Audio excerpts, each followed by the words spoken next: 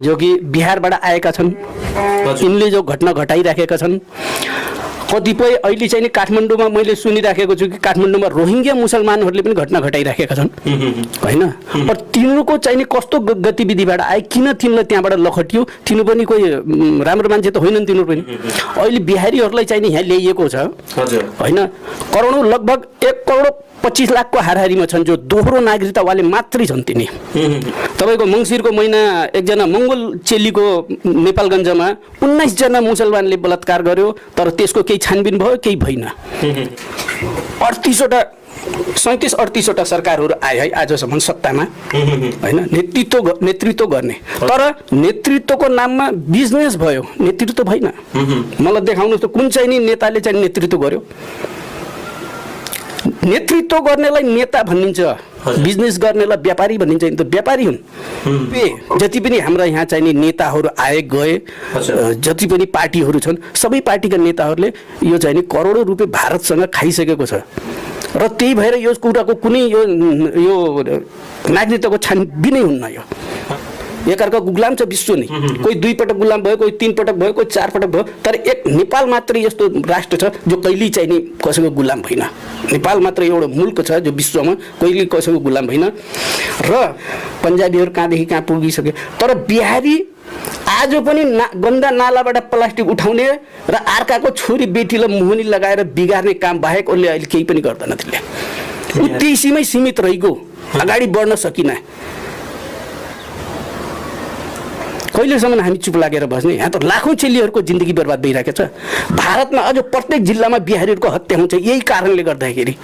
किन? जहाँ पनि उनीहरू काम गर्न जान्छन्, जुन काम गर्न गए उनकै घरमा बस्छन्, जसको काम गर्ने उसैको घरमा बस्छन्, उसैले दिएको खाने हो, उसैको काम गर्ने हो, उसैले दिएको खाने हो, उसैको छोरी चेली बिगार्छन् यिनीहरूले। और यही घटना नेपालमा पनि प्रत्येक जिल्लामा प्रत्येक घरमा भइराखेको छ अहिले।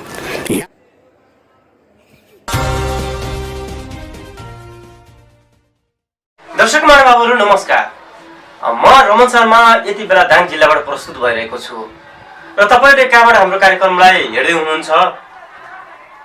अहिले विभिन्न सामाजिक सञ्जालहरूमा विभिन्न विषयवस्तुहरूमा केही टीका टिप्पणीहरू चलिरहेका छन्, केही बिहारीको बारेमा र नेपालको राजनीतिक विषयको बारेमा लगायत विभिन्न विषयमा केही व्याख्या विश्लेषण भइरहेको हामीले देखिरहेका पनि र सुनिरहेका पनि छौँ। र यसै गरी मेरो आज साथमा हुनुहुन्छ योगेश महरा। उहाँ चाहिँ समाजसेवी पेसागत हिसाबले, उहाँले चाहिँ विभिन्न क्षेत्रमा विभिन्न विषयवस्तुहरूमा केही उठान गर्दै आउनु भएको छ। यसै गरी हामी योगेश सर बस्नेतसँग हामी मिठो कुराकानी गर्नेछौँ र यो कार्यक्रमलाई तपाईँ कहाँबाट हेर्दै हुनुहुन्छ, यो कार्यक्रमलाई अन्त्यसम्म हेरिदिनु होला। आउनुहोस् अब हामी कुराकानीतर्फ लागौँ। यहाँलाई स्वागत गर्न चाहन्छु। स्वागत छ दाइ। हजुर धन्यवाद। हजुरको परिचय दिनु। मेरो नाम योगेश महरा हो। हजुर, म अहिले हाल फिलहाल यही दाङमा छु।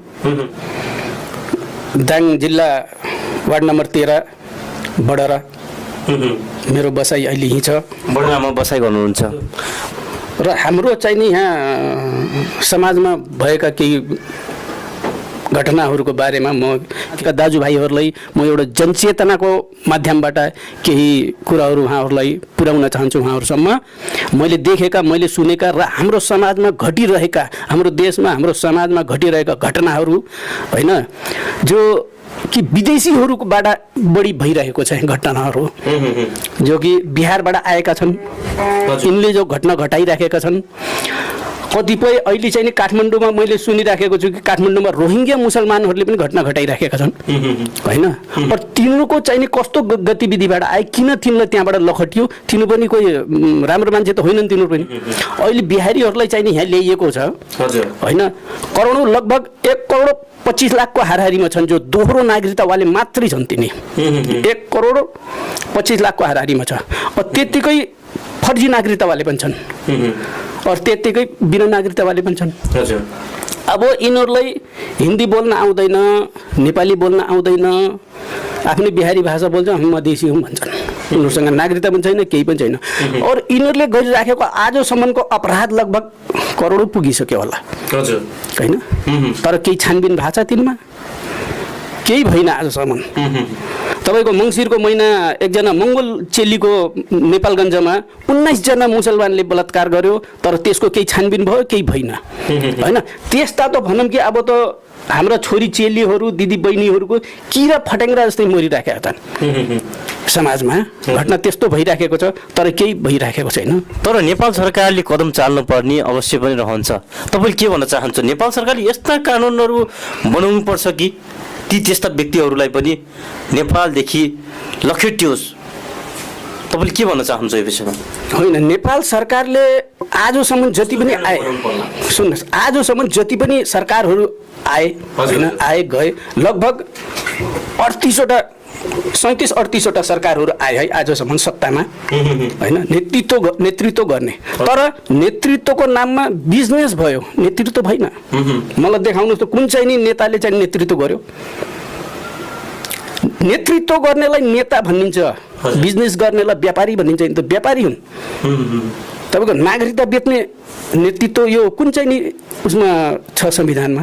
त्यसो भए हामीले सरासरी नेताहरूले चाहिँ एउटा बिजनेस गरिरहेका छन्, उनीले व्यापारी हुन् भनेर हामीले चिन्नु। जति पनि आए व्यापारी आए, बिजनेस गर्नेवाला आए। सुन्नुहोस्, भूभाग बेचियो, नदीनालाहरू बेचियो, नदीनालाहरू बेच्यो। अहिले नागरिकता लगभग 1,25,00,000को हाराहारीमा नागरिकता बेचिएको छ। त्यसमा पनि अझै पनि बिकिराखेको छ। और यो कुरा तपाईँको यही 2077 सालभित्र, यही 2077 सालमा नेकपा सांसद गङ्गा चौधरीजीले पनि यो कुरालाई उठाउनु भएको थियो। सांसदभित्र 2 पटक उठाइसक्नु भएको छ उहाँले, तर कुनै त्यसको चाहिँ नि अगाडि त्यो कुरा अगाडि बढेन। त्यो कुरा त्यहीँ समाप्त भइगयो, तर त्यो कुरा अगाडि बढेन। किनभनेपछि यसको त भनौँ कि यो करोडौँ रुपियाँ जति पनि हाम्रा यहाँ चाहिने नेताहरू आए गए, जति पनि पार्टीहरू छन्, सबै पार्टीका नेताहरूले यो चाहिने करोडौँ रुपियाँ भारतसँग खाइसकेको छ। र त्यही भएर यो कुराको कुनै यो नागरिकताको छानबिनै हुन्न। यो जुनसुकै नेता आए पनि त्यो छानबिन हुँदैन त्यो। और यिनै बिहारीहरू जो यहाँ आएर घटना घटाइरहेका छन्, यिनीहरू त भनौँ कि यिनको इतिहास हेरौँ भनेपछि कति घिनलाग्दो इतिहास छ यिनको। त्यति नै घिनलाग्दो यिनको सोच हुन्छ, त्यति नै घिनलाग्दो यिनको बानी हुन्छ। भारतमा तपाईँको 1979 मा तपाईँको उसमा पन्जाबबाट यिनलाई करोडौँ लाखौँ बिहारीहरूलाई कुटेर लखेट्ने क्रममा तपाईँको 5000 बिहारीको त्यहाँ हत्या भएको छ। असम र नागाल्यान्डबाट त्यहाँ पनि लाखौँ बिहारीहरूलाई कुटेर लखट्ने क्रममा त्यहाँ 8600 बिहारीहरूको हत्या भएको छ। त्यसपछि आएर 2003 मा तपाईँको महाराष्ट्रको मुख्यमन्त्री बाल ठाकरेले चाहिँ नि त्यहाँ पनि अपराधी बिहारीहरूले गर्दाखेरि लाखौँ चेलीहरूको जिन्दगी बर्बाद गरेको हुनाले त्यहाँबाट पनि कुटेर यिनी लाखौँ बिहारीहरूलाई कुटेर लखट्ने क्रममा 7000 बिहारीको हत्या भएको छ। तर यो के हत्या दिनहुँ भइरहेको छ। गुजरातमा पनि हत्या भयो बिहारीहरूको, अहिले दिल्लीमा दिनहुँ हत्या भइरहेको छ। र अहिले 2077 सालमा, यो 2020 मा भनौँ, 2020 को मार्च महिनामा तपाईँको अरविन्द केजरीवाल जो दिल्लीको मुख्यमन्त्री छ अहिले, उसले खुल्लेआम मञ्चमा भाषणको दौरान उसले भनेको छ मैले 40 लाख बिहारीहरूलाई यहाँबाट लखट्छु भनेर। र यही 2020 को अगस्त महिनामा तपाईँको 57 इस्लामिक कन्ट्रीले 4,80,00,000 बिहारीहरूलाई लखटेको छ। भनेपछि अब जब चारैपट्टि विश्वमै बदनाम भएको बिहारी हुन्, आज जति पनि आज दिनहुँ 3-4 जनाको हत्या भइरहन्छ बिहारी यो उसमा दिल्लीमा। उनीहरूलाई मारेर नालामा फालिन्छ, उसको लास निक्लिन्छ, पुलिस आइकिन उसको पोस्टमार्टम गर्छ, उसको चाहिने शनाखत गर्छ। तर यो पुष्टि भयो कि यो बिहारी हो भन्ने पुष्टि भयो भने कुनै त्यसको सोधखोजै हुन्न अपराधीको, जसले मारे पनि भयो। कुकुरको काल मरिरहेको छ। तर किन? इतिहास हेरौँ भनेपछि सुन्नु, इतिहास हेरौँ भनेपछि विश्वकै इतिहास हेरौँ भनेपछि विश्व नै एकअर्काको गुलाम थियो। एकअर्काको गुलाम छ विश्व नै। कोही 2 पटक गुलाम भयो, कोही 3 पटक भयो, कोही 4 पटक भयो। तर एक नेपाल मात्रै यस्तो राष्ट्र छ जो कहिल्यै चाहिँ नि कसैको गुलाम भएन। नेपाल मात्र एउटा मुल्क छ जो विश्वमा कहिल्यै कसैको गुलाम भएन। र स्वतन्त्रपछि स्वतन्त्रपछि विश्वकै मानव जातिको मस्तिष्कमा एउटा चेतनाको घाम लाग्छ, तर यो चेतनाको घाम लाग्छ र विश्व नै अहिले चाहिँ नि लगभग प्राकृतिकलाई मतलब भन्छ नि टक्कर दिने भयो उनीहरू। हजुर, प्राकृतिकसँग बराबरी गर्ने भयो, तर बिहारीको मस्तिष्कमा चेतनाको घाम त के उज्यालो पनि पसेन त्यहाँसम्म। आज पनि अलि भारतको मात्रै कुरा गरौँ भने पनि त्यही भारतको मात्रै पनि आज मारवाडीहरू कहाँ पुगिसके, पन्जाबीहरू कहाँदेखि कहाँ पुगिसके, तर बिहारी आज पनि गन्दा नालाबाट प्लास्टिक उठाउने र अर्काको छोरी बेटीलाई मुहनी लगाएर बिगार्ने काम बाहेक उसले अहिले केही पनि गर्दैन। त्यसले त्यसैमै सीमित रहिगयो, अगाडि बढ्न सकिन। किन? उसको चेतना नै त्यति थियो। उसको चेतनामा कहिले त्यसको चेतनाको घामै लागिन उसको मस्तिष्कमा। ऊ जतिमा थियो, जतिमा उसलाई मुगल र अङ्ग्रेजले छोडेर गएको थियो त्यतिमै रहियो, सीमित थियो, कहिले अगाडि बढ्न सकिन। आज पनि जिन्दगी बर्बाद पारिसक्यो। तर हामी कहिलेसम्म चुप लागेर बस्ने? कहिलेसम्म हामी चुप लागेर बस्ने? यहाँ त लाखौँ चेलीहरूको जिन्दगी बर्बाद भइरहेको छ। भारतमा अझ प्रत्येक जिल्लामा बिहारीहरूको हत्या हुन्छ यही कारणले गर्दाखेरि। किन? जहाँ पनि उनीहरू काम गर्न जान्छन्, जुन काम गर्न गए उनकै घरमा बस्छन्, जसको काम गर्ने उसैको घरमा बस्छन्, उसैले दिएको खाने हो, उसैको काम गर्ने हो, उसैले दिएको खाने हो, उसैको छोरी चेली बिगार्छन् यिनीहरूले। और यही घटना नेपालमा पनि प्रत्येक जिल्लामा प्रत्येक घरमा भइराखेको छ। अहिले यहाँ आउँछन्, हाम्रै घरमा बस्छन्, हाम्रै काम गरेर खान्छन्, हाम्रै छोरी बेटी बिगारेर बिहार भाग्छन्। वहाँ गएपछि पनि यिनीहरूले बिहारी हौँ भन्दैनन्, वहाँ गएपछि युपीको हौँ भन्छन्, यहाँ आएपछि हामी चाहिँ मधेसी हौँ भन्छ। न तिनीहरूसँग नागरिकता छ, न केही छ, न केही छ। अब त यिनीहरूलाई त सरकारले कस्तो भनेपछि सरकारले त भारतसँग पैसा गम खायो, करोडौँ रुपियाँ खायो, उसले नागरिकता दियो, तर यसको सजाय भुगतिराखेका छन् जो निर्दोष जनता छन् त्यसले भुगतिराखेको छ। निर्दोष जनताले भुगतिराखेको छ नि। सरकारले त बिजनेस गरी ल्यायो, उ गरिदियो। अहिले रोहिङ्ग्या मुसलमानलाई पनि ल्याएको छ। रोहिङ्ग्या मुसलमान पनि त अपराधी हो, त्यही भएर त उसलाई मारेर लखटेको हो। यिनी बिहारीहरूलाई पनि अहिले चाहिँ मारेर लखटेको छ चारैपट्टि। यिनकै दाइ भाइले पन्जाबबाट लखटेको होइनन्? 1979 लाखौँ बिहारीहरूलाई कुटेर लखटेको हो, त्यहाँ पनि 5000 बिहारीको हत्या भएको छ। 1980 असम र नागाल्यान्डबाट यिनको कुटेर कति त्यहाँ चाहिँ 8600 बिहारीको हत्या भयो। त्यसपछि महाराष्ट्रमा यिनको कुटेर लखट्ने क्रममा 7000 बिहारीको हत्या भयो। गुजरातबाट हत्या भयो। त्यसपछि दिल्लीमा अहिले चाहिँ अरविन्द केजरीवालले कुरा राखेको थियो ल कुटेर लखट्ने भनिन।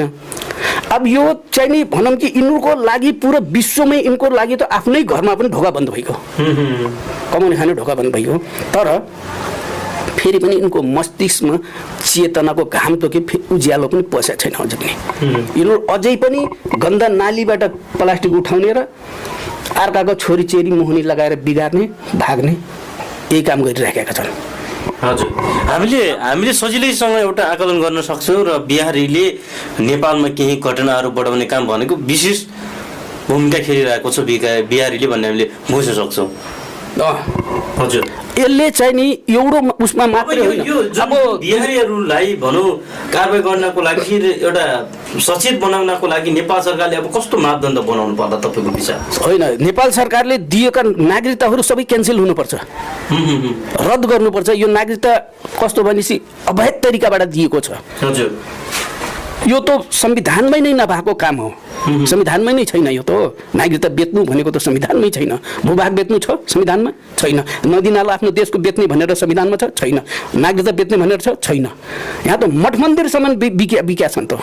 आज मठ मन्दिरमा पनि सल्लाह हाम्रै के भन्छन् चेलीहरू जाँदाखेरि उनको बलात्कार गर्ने कोसिस भइन्छ, अश्लील हरकतहरू गरिन्छ हाम्रो चेलीहरूमाथि। यो त कुनै पनि संविधानमा, कुनै पनि मुल्कको संविधानमा छैन। तर त्यस्तो काम हाम्रो यहाँ भइराखेको छ, नेपालमा चाहिँ त्यस्ता काम भइरहेछन्। हजुर, र आज हाम्रै घरमा हाम्रै चेलीहरू सुरक्षित छैनन्। हजुर, हाम्रै घरमा पनि हाम्रो छोरी चेलीहरू सुरक्षित छैनन्। र यसको लागि चाहिँ नि अब मैले के भन्न चाहन्छु भनेपछि यसको लागि सबै हामी दाजुभाइहरू जाति र पार्टीलाई त्यागेर एकजुट हुनुपर्छ। जातिलाई पनि त्याग्ने, पार्टीलाई पनि त्याग्ने। त्यागेर बल्ल हामी एकजुट हुनुपर्छ र बल्ल हामी अब जनताले गर्ने हो। अब यो नेताले गर्न सक्छ, उसले गर्ने सिर्फ बिजनेस मात्रै भयो। आजसम्म जति पनि आए सिर्फ बिजनेस गरेर गए, उनीहरूले केही गर्न सकेनन्। अब जनताले गर्ने भन्ने म यो चाहिँ नि सम्पूर्ण दाजुभाइहरूसम्म मेरो चाहिँ आवाज पुगोस् होइन। आज यिनीहरूले 2064 सालको कुरा, 2064 सालमा तपाईँको एउटा राकेश सोनी भन्नेले बर्दियाबाट 9 जना चेलीहरूलाई लगेर उसमा युपीमा बेचेको छ, जसमध्ये तपाईँको गोरखपुर, त्यसपछि लखिमपुर खिरी, लखिमपुर, मुरादाबाद, कानपुर गरेर उसले 9 जना चेलीहरू बर्दियाबाट मात्रै नेपाली चेलीहरू लगेर बेचेको छ। अब यिनीहरूको कस्तो छ भने चाहिँ दोहोरो नागरिक छ, यता अपराध गर्छन् उता भाग्छन्, उता अपराध गरेर यता आउँछन्। तर यहाँबाट अपराध गरेर गयो भने अर्को फेरि आउँदाखेरि यो जिल्लामा आन्न अर्को जिल्लामा जान्छ। त्यो यिनीहरू यति सातिर छन् यिनको दिमाग। अब गर्दा गर्दा त यिनीहरूको कस्तो भनेपछि रक्सी खाएर साँझ पख बाटाघाटा बस्या हुन्छन्। छोरी चेली एक्लै भेट्यो भनेपछि उनलाई चाहिँ नि जबरजस्ती समात्ने त्यस्तो काम पनि यिनीहरू कस्तो लाग्छ। राजनीति उसले गर्छ जो नेताहरूले गर्छ। नेताहरूले गर्ने काम हो राजनीति, र नेताहरूले गर्ने अर्को काम हो नेतृत्व गर्ने हो, देशको नेतृत्व गर्ने हो। हाम्रो देशमा के चिजको आवश्यकता छ? हाम्रो देशमा के बिहारीको आवश्यकता छ? जो विश्वमै बदनाम भएको बिहारी, त्यो हाम्रो देशमा आवश्यकता छैन नि त्यसको त। त्यस्तालाई यहाँ चाहिँ नि ल्याइएको छ, दुनियाँभर अपराध गराइएको छ यहाँ। आज अपराधले यो कस्तो भनेपछि भारतको एउटा षड्यन्त्र हो कि नेपाललाई कसरी बदनाम गराम भनेर। बिहारीले गर्दा भारत विश्वमा बदनाम भयो, यो बिहारीले गर्दा यहाँ पनि विश्वमा, यो नेपाल पनि विश्वमा बदनाम हुन्छ। यो एउटा षड्यन्त्र हो कि कस्तो भनेपछि विश्वमै नेपाल बदनाम भयो भने ताकि नेपालका जो नेपाललाई मद्दत गर्ने जो मुलुकहरू छ, भारत जस्तो चीन छ, पाकिस्तान छ, बङ्गलादेश छ, रुस छ, यिनीहरूले उसको साथ छोडिदियोस्। जस्तो तपाईँ अब एउटा अपराधी हो भने मैले तपाईँको अटोमेटिक तपाईँको साथ छोडिदिन्छु। तपाईँ र मेरो जति माया प्रेम भए पनि मैले तपाईँको साथ छोडिदिइहाल्छु। आज भारत एक्लो भएको कारण किन हो त? भारत विश्वमै बदनाम भयो। तपाईँको रुसले साथ छोडिदियो, अमेरिकाले साथ छोडिदियो, इजरायलले साथ छोडिदियो, जापानले साथ छोडिदियो। आज एक्लो परेको छ। त्यो एक्लो भएको हुनाले उसलाई चाहिँ चारैपट्टिबाट पाकिस्तान चीनले घेरिदिएछ। नेपालले त माया गरिरहेको छ नि, के भन्छ यो विषयमा? नेपालीले माया गरेको छैन, तर सबै कुरामा निर्भर भएको छ। सानो सिएदेखि लगेर सबै कुरामा निर्भर भइरहेको छ नि नेपाल। होइन, हाम्रो त्यो त्यस्तै किसिमको वातावरण बनाइदिएको छ यहाँ। अरे भारत निर्भर नेपाल बनाइयो। हाम्रो चाहिँ नि राजा वीरेन्द्रको पालोसम्म चाहिँ नि करोडौँ रुपियाँको खाद्यान्न बेचेको नेपाल हो, यही मुलुक हो। यही हाम्रा देशका किसान हुन् जो कि करोडौँ रुपियाँको चाहिँ नि खाद्यान्न यही भारतलाई बेचेको हो। तर आज यही जनता चाहिँ नि भारत निर्भर भएका छन्। दिनहुँ जग्गा कित्ता काट्छ, दिनहुँ जग्गा कित्ता। यो जग्गा कित्ता काट गर्नाले त सरकारलाई र भूमाफियालाई फाइदा भयो, तर सिङ्गो नेपाल र नेपालीलाई त आज चाहिँ नि भनौँ भारत निर्भर हुनु परेको छ। योले गर्दा अब सरकारलाई त के फाइदा? कित्ता काट गर्दाखेरि त अब कर धेरै आउने भयो। अब भूमाफियालाई पनि फाइदा भयो, सरकारलाई दुई जलालाई मात्र फाइदा भयो। तर सिङ्गो नेपाल र नेपालीलाई त यो नोक्सानै हो नि यो, होइन? जहाँ पहिले धान फल्थ्यो, हामीले करोडौँ रुपियाँको चाहिँ खाद्यान्न बेच्थ्यौँ, होइन? आज त्यही अरबौँ रुपियाँको खरबौँ रुपियाँको खाद्यान्न हामीलाई चाहिँ अर्काबाट किन्नुपर्छ। भारत निर्भर बनाइएको हो यो। नेतृत्वको नाममा बिजनेस गर्नेहरूले भारत निर्भर बनाए यसलाई। अहिले के भन्छन् भनेपछि भारतलाई सुहाउने राजनीति गर्ने हो, भारतलाई सुहाउने चाहिँ नि नेता बनाउने हो भन्ने जो यिनको चाल छ, भारतलाई सुहाउने चाहिँ नि काम गर्ने हो भन्दा यो भारतलाई सुहाउने जसको भनाइ छ नि, यो सबै भारतैबाट सञ्चालित छन्। यिनीहरू नेपालबाट कोही पनि सञ्चालित छैनन्। नेपालबाट सञ्चालित भएको कुनै एउटा नेता देखाइदिनुहोस् न मलाई, को छ नेता जो नेपालबाट सञ्चालित छ?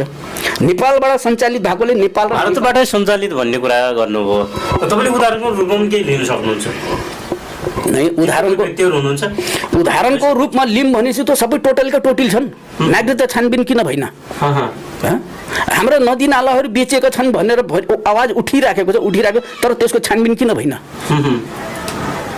टनकपुर र महाकालीको सन्धि भएको हो गिरिजा प्रसाद कोइराला र यो बिपी कोइरालाहरूको सामनेमा त्यतिखेरै भएको हो। तर त्यतिखेर पनि थुप्रै नेताहरूको त्यहाँ सहमति छ र थुप्रै नेताहरूको भागबन्डा पनि भएको हो त्यस बेला।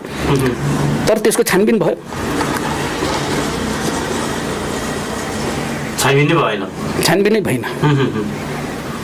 भन्नुहोस् हामीलाई त कस्तो भनेपछि आत्मनिर्भर बनाउने हो। हजुर, नेपाल र नेपालीलाई आत्मनिर्भर बनाउने हो, भारत निर्भर बनाउने होइन। आत्मनिर्भर हामी कसरी बन्छौँ? हामी त्यो लागि नेपाल सरकारले कस्तो भूमिका खेल्नु पर्ला तपाईँको विचारमा चाहिँ? होइन, यो सरकारले कुनै पनि भूमिका खेल्दैन, यो यसरी बिजनेस भइराखेको छ। मैले आजसम्म लगभग भनौँ कि तपाईँको 37-38 जना नेताहरू आए गए होइन। 37-38 जनामा 37 जना त टोटली व्यापारी आए। हजुर, टोटली व्यापारी हुन्, ठेकेदारी भनौँ। यहाँ चाहिँ नि नेतृत्वको नाममा बिजनेस गर्ने, भारतसँग पैसा खाएर नेपालमाथि भइरहेको भारतीय षड्यन्त्रलाई चाहिँ नि सफल पार्ने त्यो खेल भयो। त्यही खेललाई सफल पारेको बिहारीको, नेपाल र नेपालीलाई के बिहारीको आवश्यकता छ? जो विश्वमै बदनाम भएको बिहारीको आवश्यकता छ हामीलाई? छैन नि। फेरि बिहारीलाई किन नागरिकता दियो? त्यत्रो अवैध तरिकाबाट दिएको छ, पैसा भारतसँग पैसा खाएर। और यसमा कर्मचारी, नेतादेखि कर्मचारी सबैको चाहिने भागबन्डा छ यसमा। अझै पनि त्यो अवैध तरिकाको रोकिएको छैन, तराईतिर यो चलिराखेको छ, तराईतिर अझै पनि चलिराखेको छ।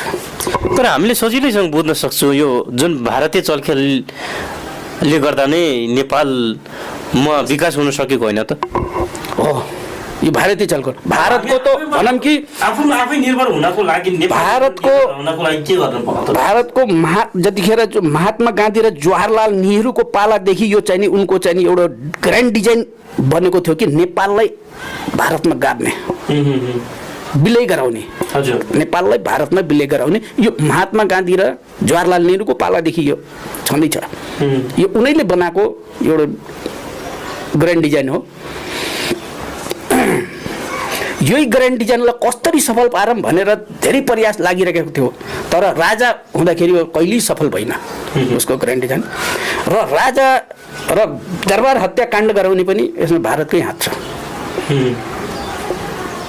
हामी त्यसो सजिलैसँग बुझ्न सक्छौँ चाहिँ दरबार हत्याकाण्ड बनाउनको, दरबार हत्याकाण्डमा पनि भारतकै हक छ, हात छ। दरबार हत्याकाण्ड गराएर बाँकी नेताहरूलाई चाहिँ नि उठाएर आफूले चाहिँ नि आफ्नो पक्षमा पार्ने र आफ्नो षड्यन्त्रलाई सफल पार्न लगाउने। अब त्यो नेतालाई चाहिँ नि किनेर हुन्छ कि कसरी हुन्छ? अब नेपालमाथि षड्यन्त्र जो भारतको छ त्यसलाई सफल पार्न लगाउने।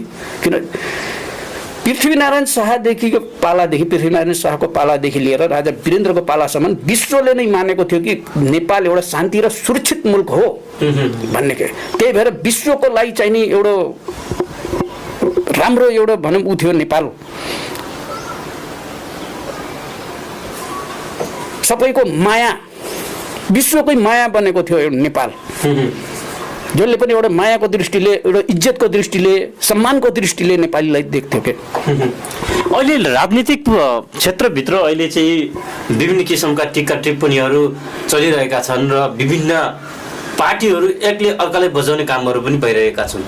हामीले भक्कलै पनि देख्न सक्छौँ र केही यता भ्रष्टाचार विरुद्धका अभियन्ता भनेर केही व्यक्तिहरूले चाहिँ अभियन्ताको भाषण गरिरहनु भएको छ भने केही व्यक्तिहरूलाई सरकारमा ल्याएको छ। तपाईँको विचारमा चाहिँ के भन्न चाहनुहुन्छ? राजनीतिक खेल त ठुला बडा नेता ठहरेकाले एउटा बिजनेस बनाएका छन्। हजुर, राजनीति यस्तो होइन, राजनीति यस्तो हुन्छ, यो त व्यापार हो। बाहिरी मुलुकको आइकिन, बाहिरी मुलुकको मान्छे आइकिन यहाँ नागरिकता किनेर सांसद पद किनेर सांसद बन्छ। त्यो के नेतृत्व हो? नेताले गरेको नेतृत्व हो त्यो? भन्नुहोस्, त्यो त बिजनेस हो, व्यापार भइराखेको छ। यहाँ त खुल्लेआम व्यापार भइराखेको छ। सांसद पद 13 जना सांसदहरू अझै पनि खुल्लेआम तिनी चाहिँ नि बिहारका हुन्, बिहारका हुन्। यहाँ आइकन उनीहरू सांसद बनेका छन्, पद किनेका छन्, नागरिकता किने, पद किने, सांसद बने। यो त बिजनेस भइराखेको छ।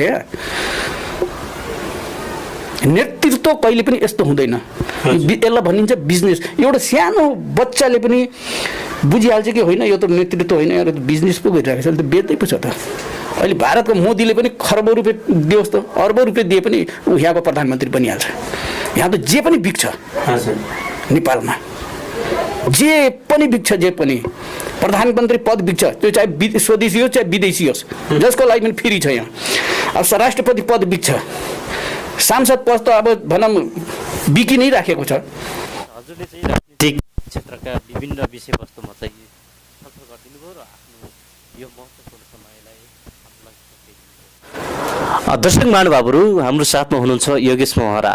उहाँसँग हामीले केही नेपालको समसामयिक विषयवस्तुमा बहस गरिरहेका छौँ र उहाँले कुनै पनि पार्टीसँग सहमत हुनुहुन्न। उहाँ भनेको एउटा नेपालको समाजसेवी व्यक्ति हो र उहाँले आफ्नो मनमा उठेका केही विभिन्न विषयवस्तुहरूमा उहाँले कुरा राख्दै आउनुभएको